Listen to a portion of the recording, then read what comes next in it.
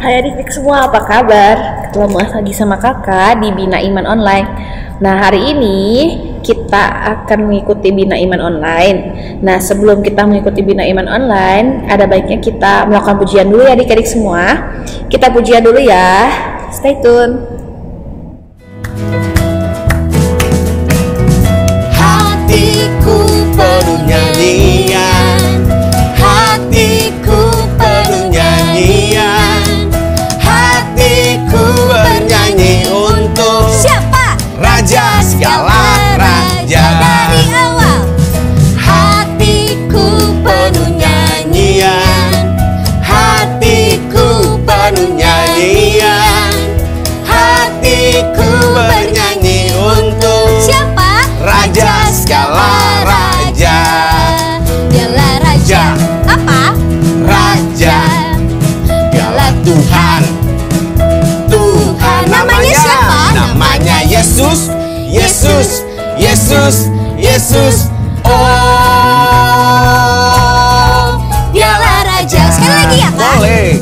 Hatiku penuh nyanyian, Hatiku penuh nyanyian, hatiku bernyanyi untuk siapa? Raja segala raja. Dialah raja. Dialah raja.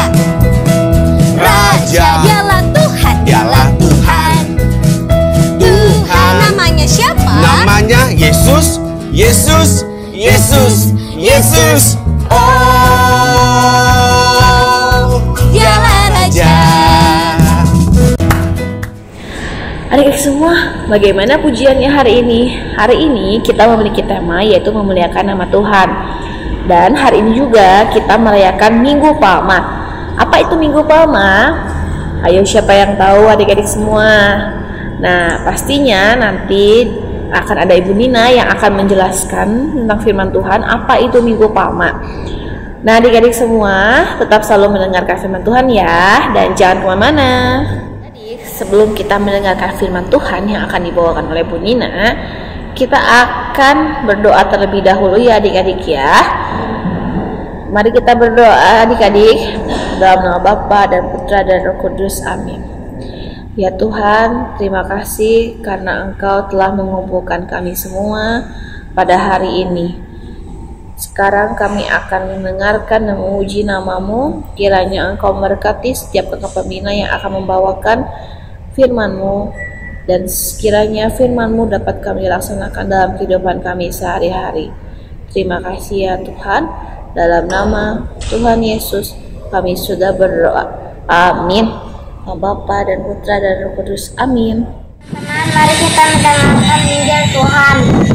Injil bacaan hari ini diambil dari Markus 11 ayat 1 sampai 10.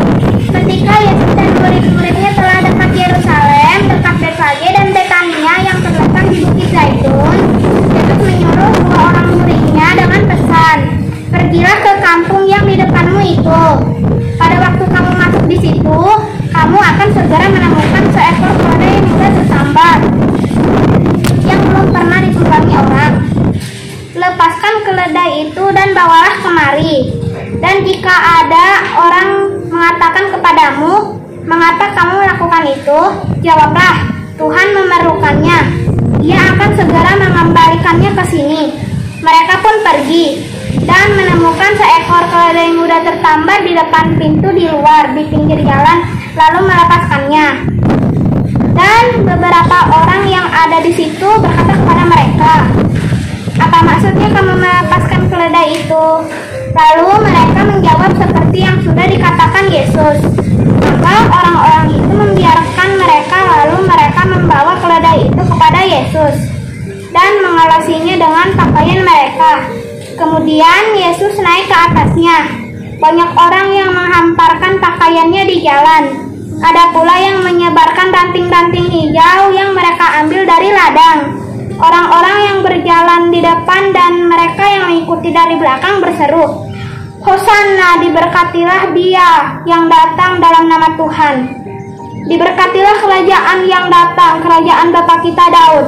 Hosana di tempat yang maha tinggi." Demikian Injil Tuhan. Terpujilah Kristus. Bagaimana? Tadi sudah menyimak dengan baik bacaan Injilnya? Dalam bacaan tadi, Tuhan Yesus menyuruh muridnya membawa keledai muda yang tertambat dan belum pernah ditunggangi orang. Kenapa ya Tuhan Yesus memilih naik keledai, bukannya kuda yang gagah yang dapat berlari kencang? Ada yang tahu? Ya, karena yang tertambat di sana keledai, Bu. Betul, Tuhan Yesus memang menyiapkan keledai itu sebelumnya. Tapi kenapa Tuhan menyiapkannya keledai, bukannya kuda? Coba kalau naik kuda, kan gagah, kayak raja-raja zaman dulu kalau berperang naik kuda. Kudanya yang tinggi, gagah perkasa, dapat berlari kencang. Tapi kenapa Tuhan Yesus memilih keledai ya? Keledai kan binatangnya pendek, kerdil, malas, bodoh lagi. Kenapa ya? Kalian mau tahu? Nah, begini jawabannya. Tuhan Yesus datang ke dunia ini bukan untuk memimpin peperangan, tapi Tuhan Yesus datang ke dunia ini untuk membawa damai.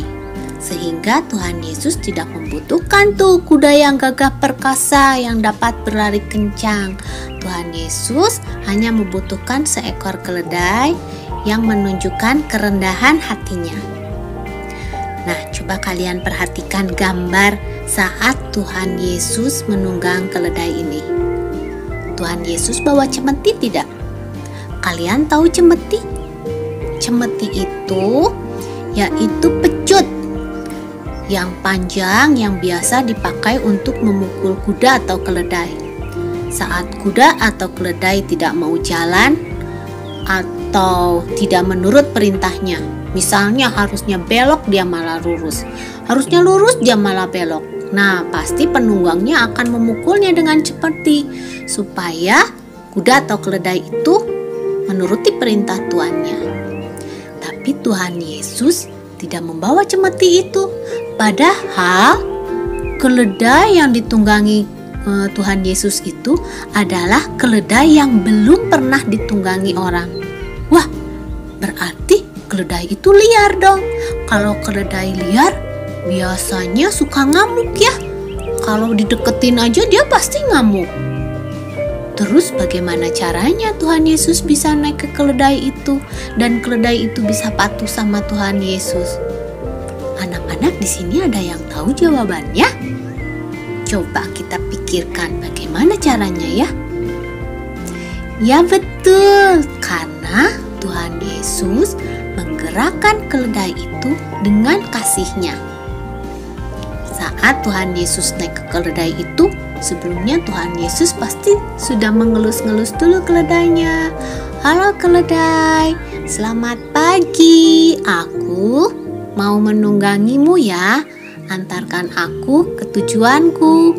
Dengan demikian, keledai itu merasa senang sama Tuhan Yesus. Saat Tuhan Yesus naik, keledai itu tidak mengamuk.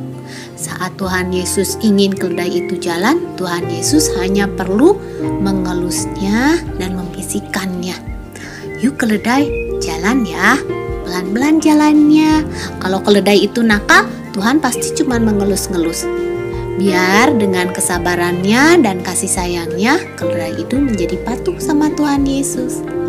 Sama seperti halnya kita anak-anak Tuhan.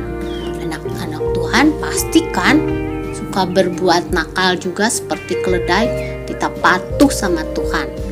Apakah Tuhan marah sama kita? Tidak, Tuhan selalu sabar. Tuhan selalu mengampuni dan memaafkan kita. Lalu kenapa kita suka dihukum? Kita dihukum bukan Tuhan yang menghukum, tapi akibat dari perbuatan kita sendiri. Misalnya, kita malas nih pergi ke gereja. Kita mengikuti bina iman. Terus hukumannya, akibatnya apa? Mungkin kita dimarahin sama mama papa.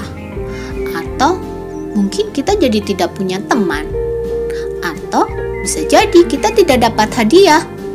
Ya, itu bukan karena Tuhan Yesus yang marah sama kita, tapi Tapi karena akibat perbuatan kita, maka kita harus menerima konsekuensinya atau hukumannya. Jadi dimarahin mama papa, jadi tidak punya teman, atau tidak dapat hadiah karena tidak aktif nih kirim kreativitas ke Bia.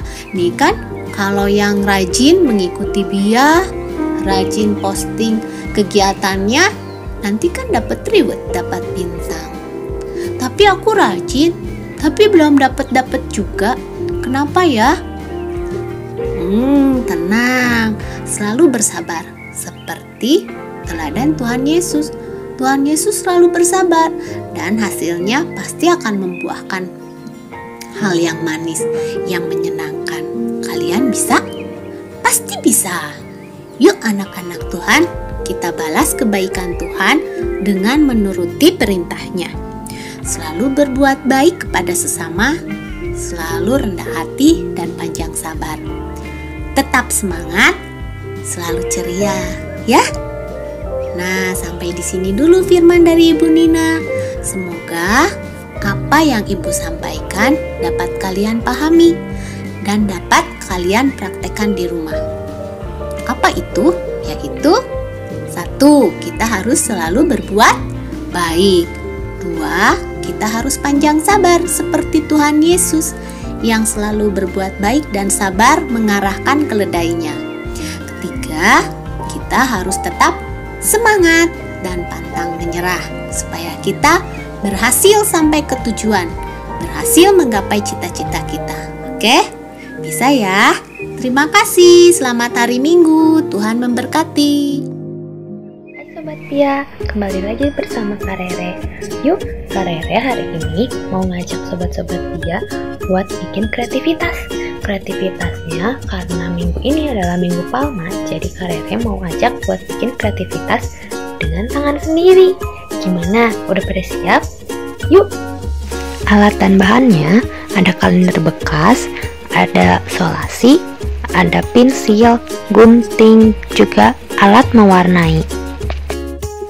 Lalu setelah itu kita jiplak pakai tangan.